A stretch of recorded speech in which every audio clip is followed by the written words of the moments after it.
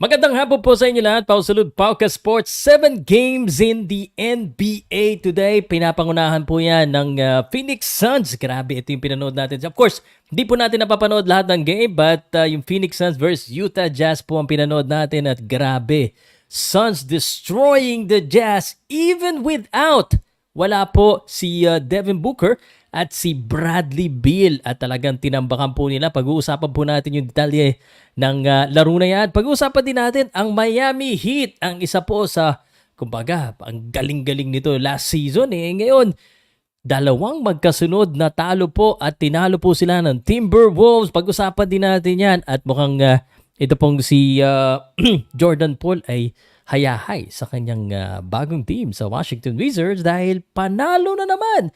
Mabilis lang ang intro natin. Diyan lang kayo. Pag-usapan natin ang 7 mga laro sa NBA. Ako po si Salud ng Powcast Sports. Gaya na pangako ko, everyday NBA recap. At saan po natin ito pinapanood? Siyempre, sa sportsplus.ph. Check the link for more information. Let's do a quick countdown at mag-usap na tayo sa basketball. Powcast Sports. If you're new here, don't forget to subscribe and hit the notification bell. This video is presented by sportsplus.ph. Magandang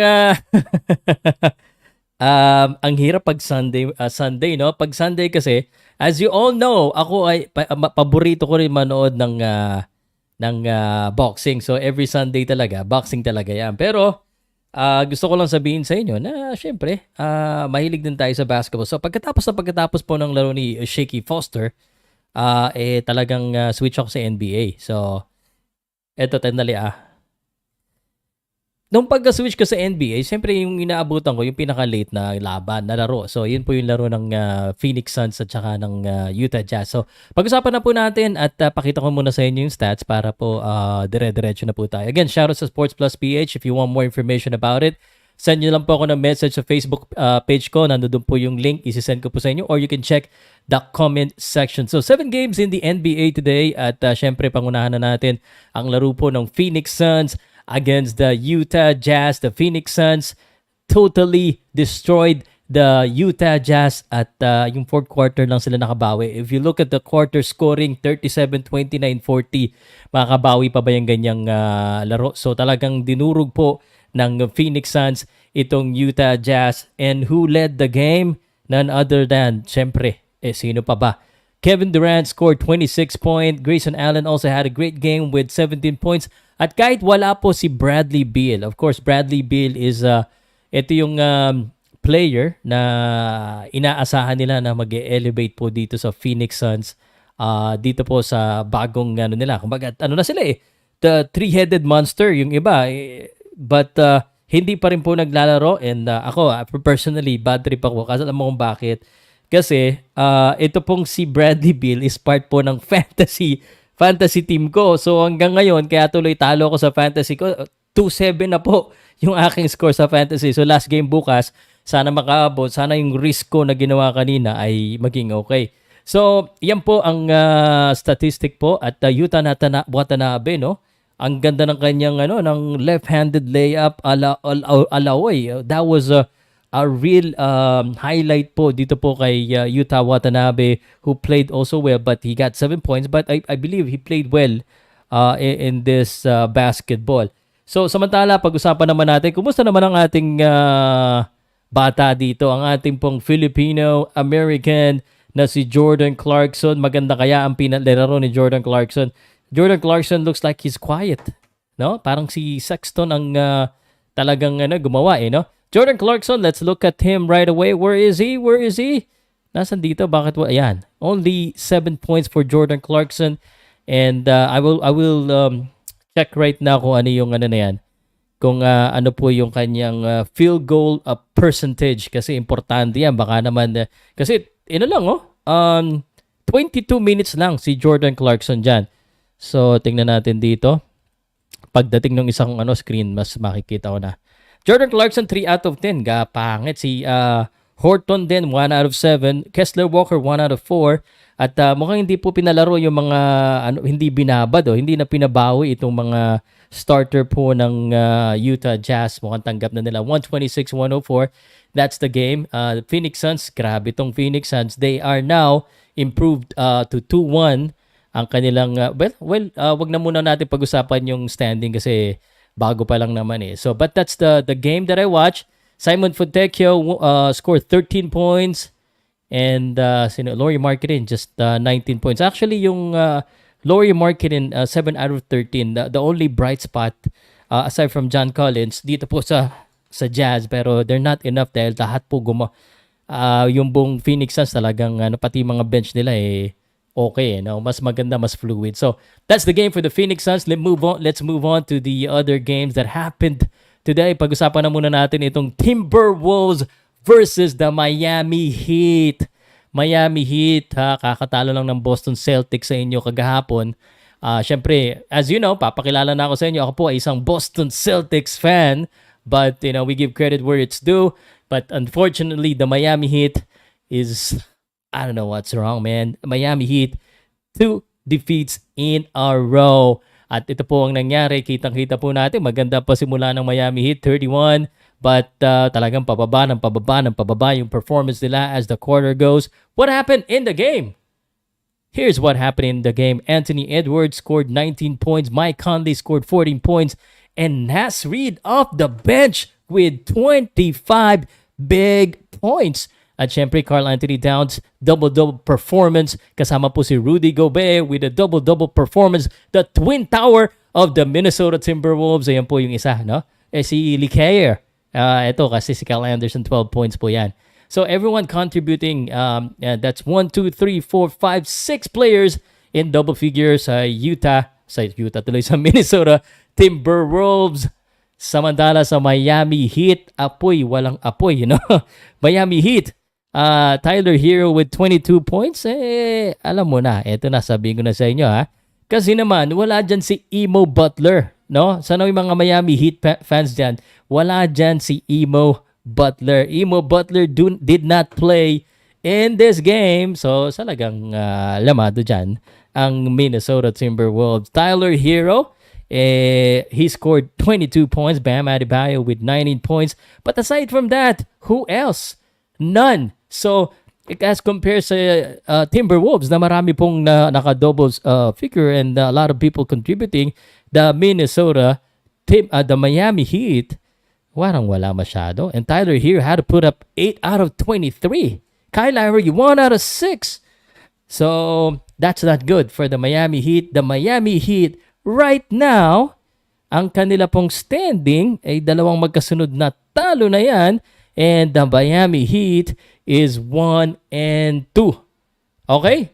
So, 1-2 na po ang Miami Heat. And pag-usapan natin yung next game. At sana po, ako po isamahan nyo. Every day, we'll break down and we'll check the statistics. Siguro sabi ng iba, Sir Pao, hindi ka magaling sa basketball. Pero kaya nga natin tine-check yung mga stats. Pinapanood natin yung game every day. Sayang naman yung NBA League Pass ko tsaka yung sportsplus.ph. I wanna say this, no? Sa mga naghahanap pa rin po kung saan mapapanood at saan pa pinaka-safe yung registered ng Pagcor, yung license sa Pagcor at safe na safe yung pera mo, alam mo na, sportsplus.ph naman po. Isan lamang po ang inyong message at sasend ko sa inyo or check nyo na lang yung mga post ko dyan. Pag may nakita kayong sportsplus.ph, yan ang gamit ko. Alright! Tuloy ito. Ay ba? 119 ha. Sa susunod, alam ko maraming pang manonood dito sa ating pong kwentuhan sa basketball NBA. Let's go to the next game. And that's the Sixers and the Raptors. Sixers playing without James Harden. James Harden being really hard, huh? I don't know what's next for the Philadelphia 76ers, but the Sixers managed to get a win against the Toronto Raptors now with 1-1 record. Toronto Raptors started very well with 36 points, but the Sixers grinded out, and the third quarter Spurs of 35 points helped them catch up to the Toronto Raptors 114-107. Let's look at the top scorers. Scat Barnes for the Raptors, 24 points. Siakam only 11 points. Let me see what happened here. What happened to you, Siakam? Why do you only have 11 points, 7 rebounds, and 4 assists po? Itong si Siakam. Siakam, 3 out of 8, 36 minutes. Medyo mahiyain siya today. Dennis Schroeder, 15 points, 10 assists, 4 rebounds. But Dennis Schroeder nagwala with 5 out of 14. So hindi po maganda ang kanyang field goal percentage. The reigning world champ, Germany, Dennis Schroeder. And who else? Gary Trent Jr. 6 out of 16. That's, if you look at this without the field goal percentage, ang ganda no? Pero, sa totoo lang, hindi maganda lang ang mga shooting. At buti na lang, no? Buti na lang. Kahit papano, meron silang bench scoring si Grady Dick. Gary Dick tuloy. Grady Dick. 16 points. I don't know this guy. Now I know you. And now I will put you on my fantasy league kasi titignan ko baka kailangan ko na scorer Grady Dick. Grady Dick. Tama ba? All right. So ayan po no, and 114-107. We have covered 3 games so far. Pag-usapan din natin yung mga games bukas and the current standing of the NBA. Tuloy-tuloy tayo sa Cavs versus Pacers, and the Pacers pacing themselves to a 2-0 start of the season with the win against the Cleveland Cavaliers against 125-113. And that's if you look at the stats, kita natin the Pacers shooting better, 49% on the field goal percentage, shooting better on the 3-point line, but not so much, no? And what is the main difference here? The assists is 36 over 29. And the points in the paint is also better para dito sa Indiana Pacers. Will Indiana Pacers be sa tingin nyo? Ikaw bro, sa tingin mo ba Indiana Pacers will be a playoff team this season? Kasi maraming nagsasabi na Indiana Pacers hinug na rin at pwede nang pitasin dahil maraming magagaling dyan. We have the Tyrese Halliburton, we got Miles Turner, and yung mga players na yan, parang sabi nila, they're ready to lead. And are they? Ano sa tingin nyo guys? Comment nyo nga. Live po ito ha. It's 1:13, but if you're not watching this live, every time there's an NBA game in the afternoon, I'll try to do a NBA recap. Okay, so ito po. Obi Toppin, 14 points. Ito, hindi ko to kilala tong, paano babasahin to? Benedict Mathurin, 13 points. Miles Turner, 2012, double-double performance. Bruce Brown, 6 points. Tyrese Halliburton with 21 points. Aaron Nesmith. This guy's from the Miami Heat. Tama ba ako? Tama? From the Miami Heat, no? From the Miami Heat. So, yan. 26 points. And Buddy Hield. Tahimik si Buddy Hield, What happened to Buddy Hield? Ano nangyari dito kay Buddy Hield? Tingnan ko nga yung kanyang field goal percentage, Buddy Hield. Let's go. Buddy Hield. The field goal percentage of Buddy Hield, 4 out of 12. Maalat pa sa asin ang performance po ni Buddy Hield. Buddy Hield is of course, ito pa ngayong gustong kuhanin to ng Lakers dati, no? So, let's move on to the Cleveland Cavaliers. Cleveland Cavaliers, they're playing without Mitchell, and they still won. And you know what? Grabe swerte ko. Buti na lang, no? I've been patient. Evan Mobley, 33 big points with 14 rebounds, and he led the basketball for the Cleveland Cavaliers, 125-113, of course, and scored. Chris LeVert, 31 points. Max Strus, coming from the Heat, also performing here with 21 big points. Max Strus with 4 out of 9 from the outside. And Chris LeVert with 4 out of 10. And so, of course, and Dean Wade nag-contribute din sa 3-point shooting with 2 out of 5. And that's the score. Okay? So, ayan pong nangyari sa Indiana Pacers. I want to move on to the next game. Buti na lang, 7 lang yung games ngayon kasi kung madami, nakapagod na naman. 96-87 in favor of the Pelicans. The Pelicans, the high-flying Pelicans.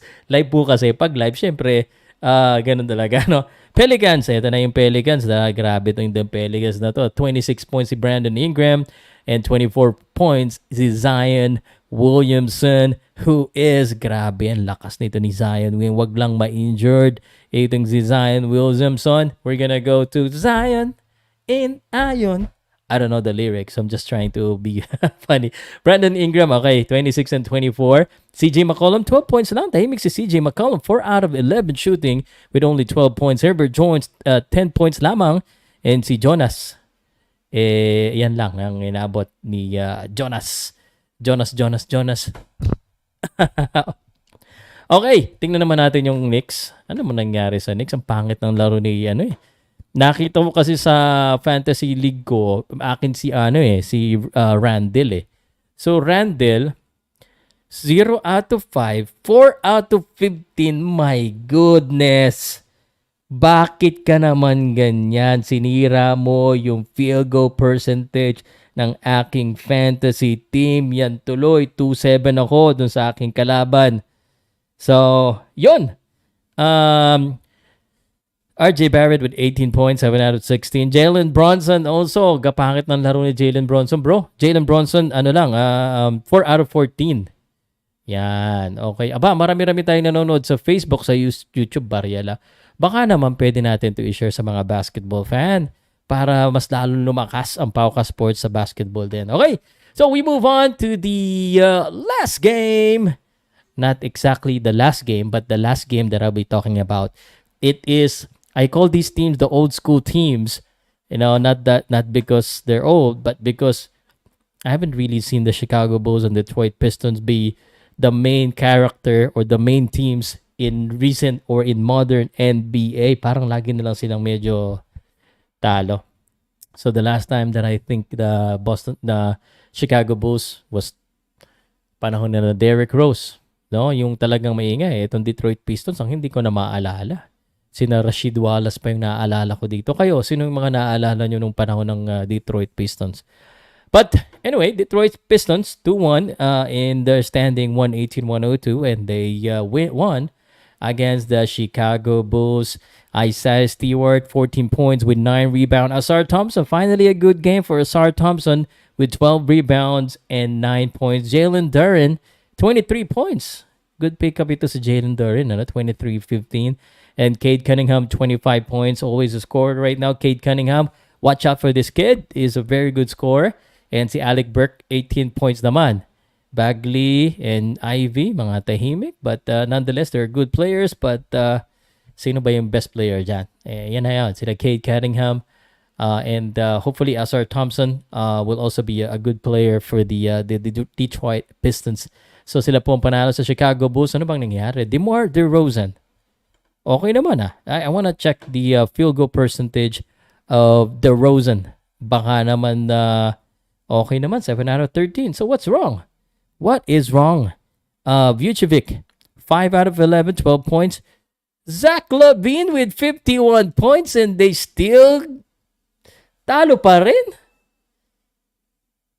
Sabi ni Bobby, I'd remember the Detroit Pistons sila dyan, Sally Villambier. Pag ganyang katatanda ang naaalala mo ng Detroit Pistons, alam mo na matagal nang hindi nagpapakita ng ang Detroit Pistons. So, But Zach LaVine, come on, 51 big points. And talo sila. Anyway, that is the games in the NBA. Yan, 7 games in the NBA. Hopefully you enjoy. Tomorrow, ano naman ang aabangan natin tomorrow? Tomorrow, Lunes na Lunes po yan. Nako sigurado naman di nyo mapanood itong isang game. October 30 sa Pilipinas. Ang laro po, magsisimula po ng 3:30 a.m. Gising ka na ba yan? Gising ka na ba ng 3:30? Maglalaro po ang Thunders at ang Denver Nuggets. And then followed by the Bucks and Hawks at 7 o'clock a.m. And the Rockets plays the Warriors 7 a.m. Sixers and the Trailblazers. Ito nga abangan ko. Kings versus Lakers. The battle of the California team. And of course, Los Angeles Clippers and the San Antonio Spurs. Wembanyama. Ang lakas ni Wembanyama. Ang ganda ng huling laro niya. No? Hindi ko lang napanood. Yung highlights lang kasi hindi mo talaga mapagsabay-sabay yan. Clippers versus Suns. as the one of the last games for tomorrow. Let's take a visit of our standing. Pacers 2-0, Celtics 2-0, Magic 2-0. Let's move to the outliers. 0-2 ang Hawks, ang Nets 0-2. And that is the Eastern Conference summary. Sa una, sa dulo, Dallas Mavericks, Pelicans, and Nuggets, and Thunders all undefeated. Expected teams po ito except for the Pelicans. Expected teams to lead. Ito po. But ang pinaka... Grizzlies, Rockets, Trailblazers. Uh-oh. Big problem. Houston, we got a problem. Houston, we got a problem. So, yun. All right. So, now is the time for me to talk to you, to the followers. Please share, like, and comment. And ready na ako sa Q&A. At bago natin wrap up yung ating Okay, basketball muna tayo. Yung boxing, mamaya na uli. Or kanina, nag-boxing content na ako sa basketball. Again, this is brought to you by sportsplus.ph. Ang aking gamit na alam mo na. At licensed by Pagcor. Game responsibly. At yun. Sino next? Mahilig na mamaya na tayo magtanong ng boxing, ha? Thank you for the live. Thank you, Bobby, ha? Pwede multiple view, meron sa League Pass. Paano yun, El Mongi? How do I do that? I'm watching on NBA League Pass. Seems not to work. Pag kiniklik ko yung may plus, seems not to, to work. Okay. So, if wala na po kayong tanong, I'll be finishing this up. Thank you. Let's go Celtics. Celtics has a game. Celtics has a game, right? Nakalimutan ko na kagad. Tumatanda na ba? Celtics has a game. Tomorrow, wala laro Celtics. Ang next na game ng Celtics, 7 a.m. October 21. That's a Tuesday. I got a special something for you about the Patty Bong Bong. Yung mga katropa natin dyan soon. But mamaya kasi meron akong family affair in the afternoon. So I'm not sure if makapag-live ako mamaya. But I'll make this special announcement on dun muna sa sa aking exclusive hindi na ngayon ko na sabihin kasi gagawa ko na ng thumbnail. I'll be having a discussion with one of the best boxing YouTuber in Japan to discuss about Marlon Tapales and Naoya Inoue, and also of course ang pinakamaangas sa lahat, ang gustong pag-usapan ng karamihan ng mga fans, walang iba kundi angas. Pero wag muna natin simulan yan. Salamat po sa inyo lahat. Ako po si Pau Salud ng Powcast Sports. Pag may basketball, sana may balita si Powcast Sports. Thank you and have a great afternoon. I'll see you again maybe late tonight. Okay? Salamat po.